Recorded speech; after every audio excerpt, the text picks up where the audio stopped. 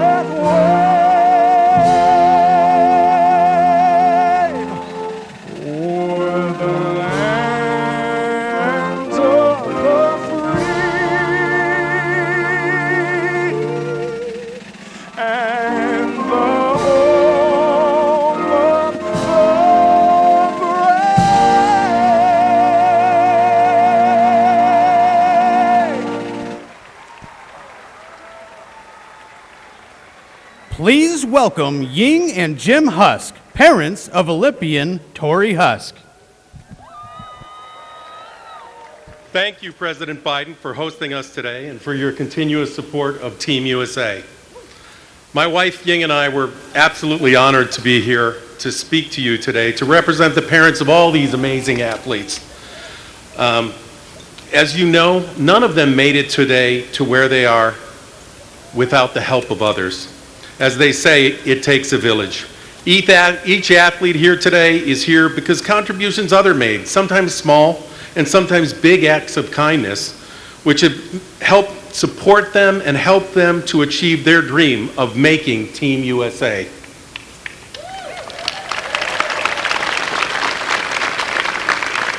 In sports, where years of training come down to a single decisive moment, 100th of a second, a small difference is made by the contributions others have made.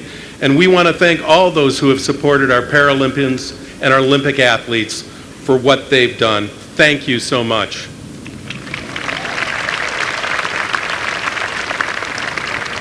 Only in America can a fourth-generation Polish American meet and marry a first-generation Chinese immigrant and live the American dream through and because of their daughter.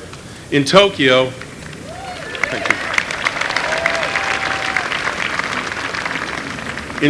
we watched as our daughter missed the podium by 1/100th of a second, only to come back 3 years later and redeem herself in Paris by winning multiple medals and representing our great country.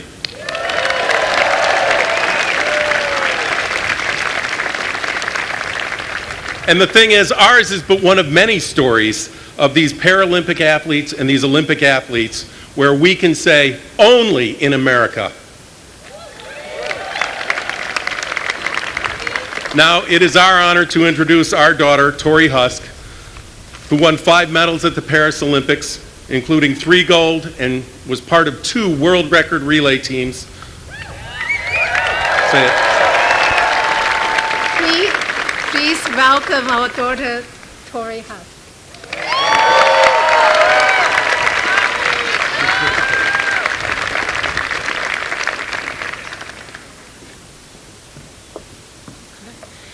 Thank you, Dad, and hello, everyone.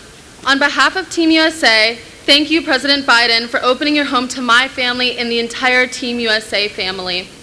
It is so exciting to have us all here, especially since this is the first time we've truly come together as the U.S. Olympic and Paralympic class of 2024.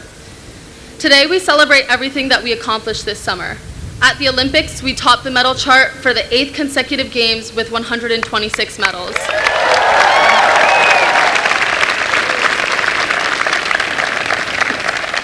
Our Paralympic teammates brought home an incredible 105 medals.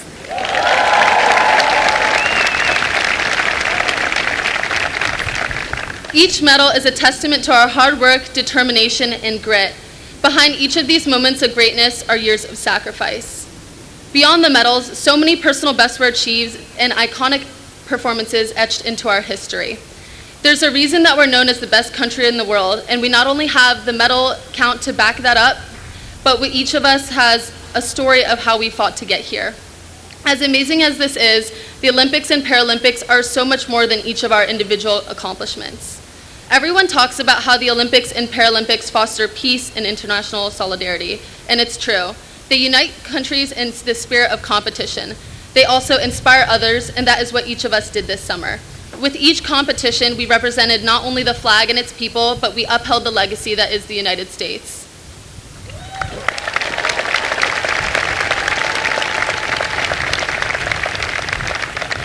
I am now honored to introduce another young athlete making a difference in our community, Adrina Castro.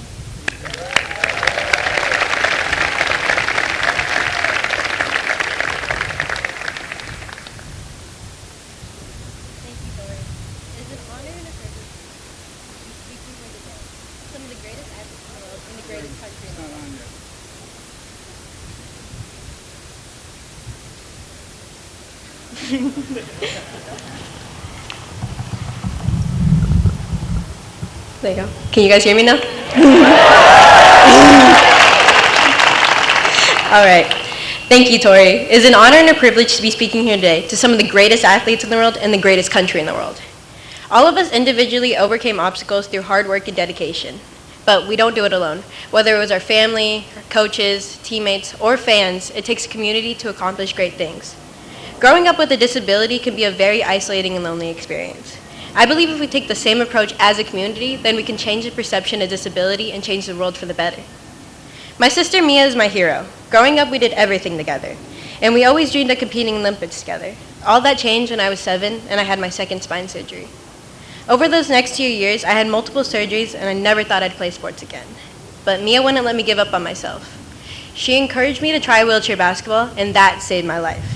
It has given me a new dream of playing basketball in college, pursuing a degree in disability law, and representing Team USA at the LA 2028 Paralympics alongside my sister.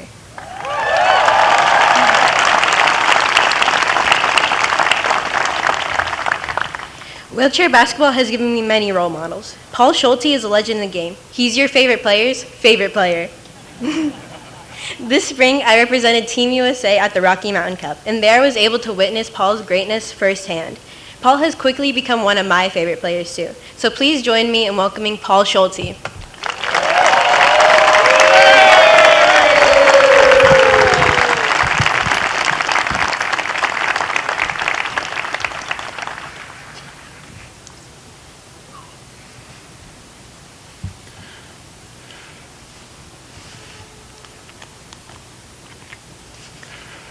Thank you. And Adrina, thank you for that introduction. What an impressive young woman you are. I see incredible athletes behind us who were just like you once. and you belong here among us.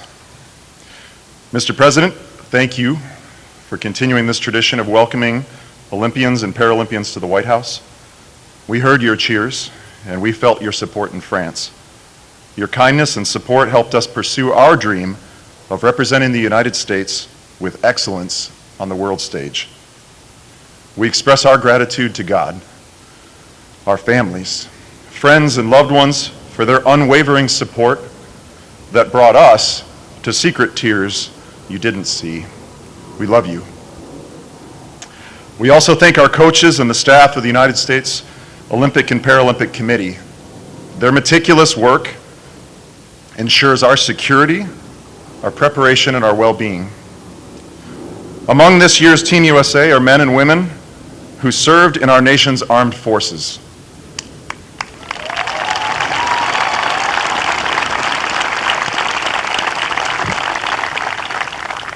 They do not seek special acknowledgement, but we admire them all the more for their character. Thank you.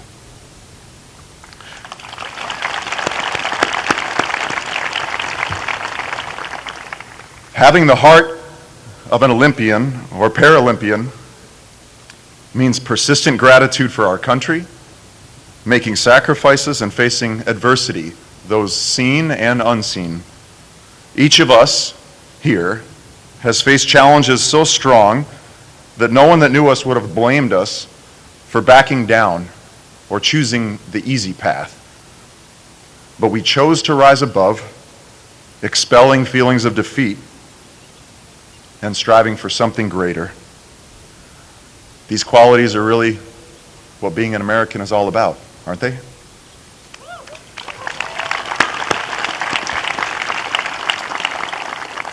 We hope that the performances of Team USA inspired you and our country.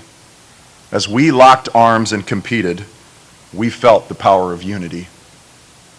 Our success is your success. It is now my great honor to introduce our President, President Joe Biden.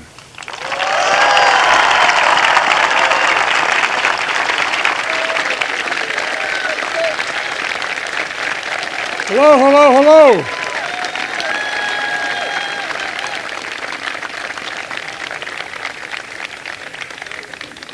If I didn't say this, my dad come down from heaven and you know what. Please excuse my back when I'm speaking. I apologize.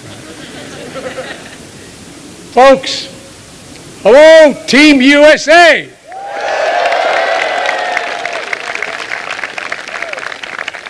You got a few fans out there in the South Lawn. Yeah, let's hear you. Let's hear the South Lawn. Paul, thank you for the introduction. You got it, kid. You got it. And Paul, for your incredible courage. And Brianna, thank you. I doubt you'll be representing Team USA one day as well. I think it's going to happen. Paul, along with Tori, thank you for representing your fellow Olympians and Paralympians. But Tori, let me say, this is not my house. This is your house. This is your house. That's the God's truth. Team USA's house. I'm just a temporary resident. It's only a couple months left. But thank you to all your family and friends who support these incredible athletes. Tori's dad said it best, only in America. Only in America do we believe anything's possible. I spent close to 100 hours alone with Xi Jinping in China. He asked me when I was in the Tibetan Plateau with him, when I was vice president, he said, can you define America for me? It's the God's truth. I said, yes, in one word. He looked at me and said, possibilities. We're the only nation that thinks anything is possible when we set mind to do it. That's what all of you embody. On behalf of the entire nation and thousands of fans here today, thank you. Thank you for representing the very best of America.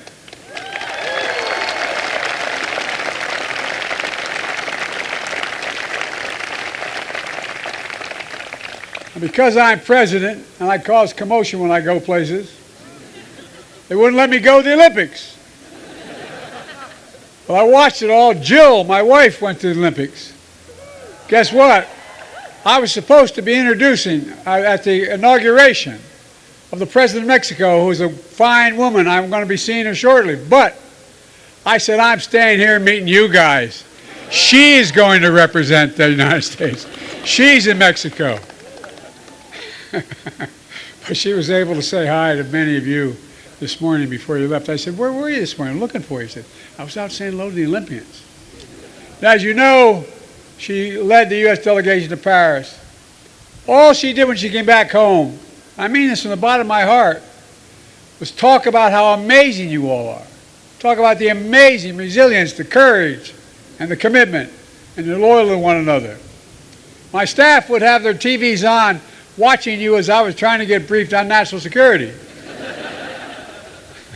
But in fairness, I had the TV on in the Oval Office as well.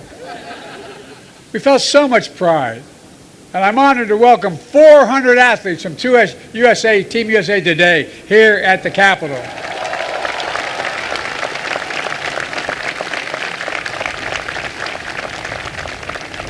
Part of a nation so vast, so diverse, and so talented is like no other country on earth. 230 total medals won at this year's Olympic and Paralympic Games to finish atop of overall medal count, period.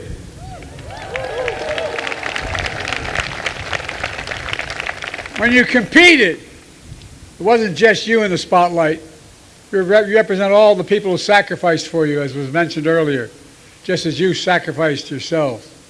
Early hours, long days, intense training, sometimes overcoming extreme disappointment. For many of you, you hold down multiple jobs to fund your dreams. And by the way, we need to do more to support all of our Team USA athletes.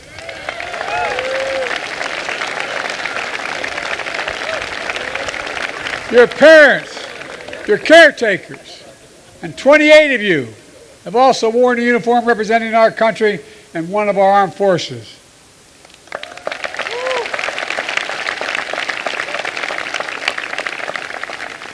As your commander-in-chief, I say, thank you for your service, wherever the hell you are.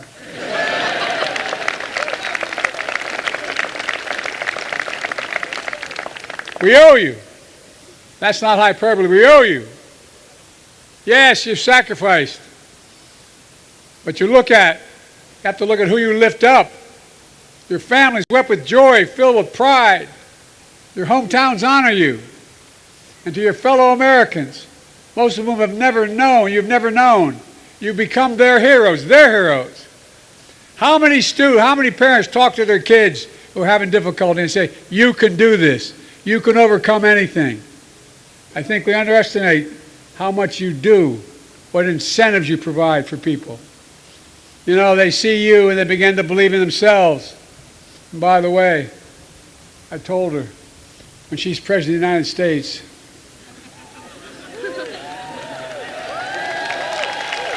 and they say, Joe Biden in the waiting room, she promised me she won't say Joe who. Well, this was your first time at the Games, or the peak of his distinguished career. Your legacy is one of discipline, success, joy, and loyalty to one another. And that legacy is part of something bigger than yourselves. It's about your country, the greatest sports nation in the history of the world.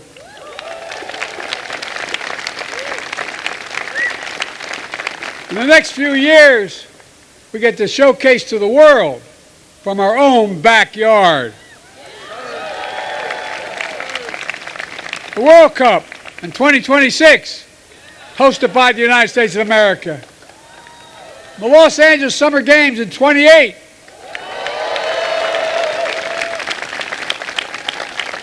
I won't be president. They can't stop me from going there then.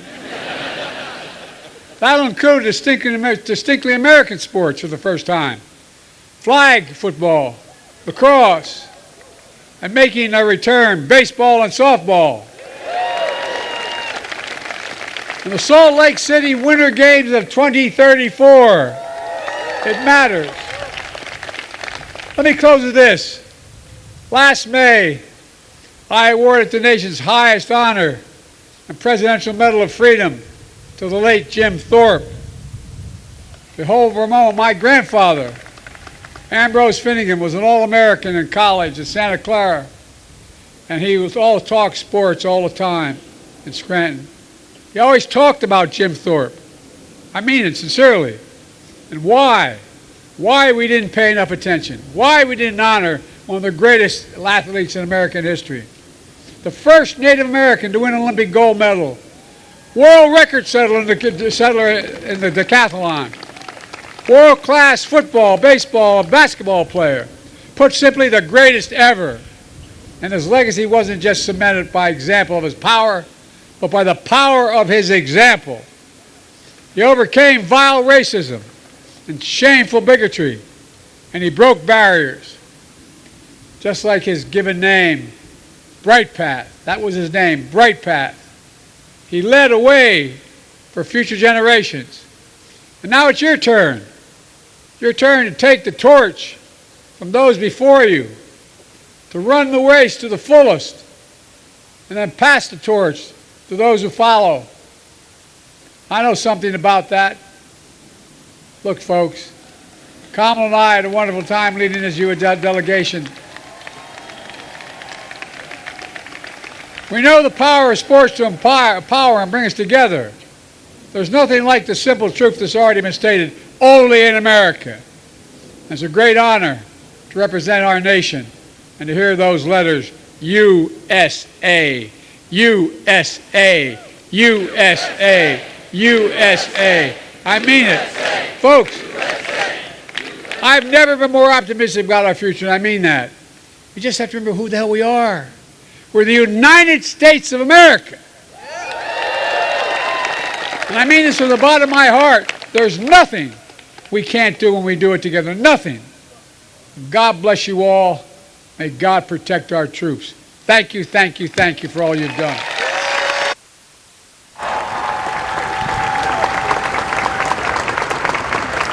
Please welcome Olympic flag bearer Nick Nee and Paralympic flag bearers Steve Serio and Nikki Nieves to present a gift on behalf of Team USA and the U.S. Olympic and Paralympic Committee.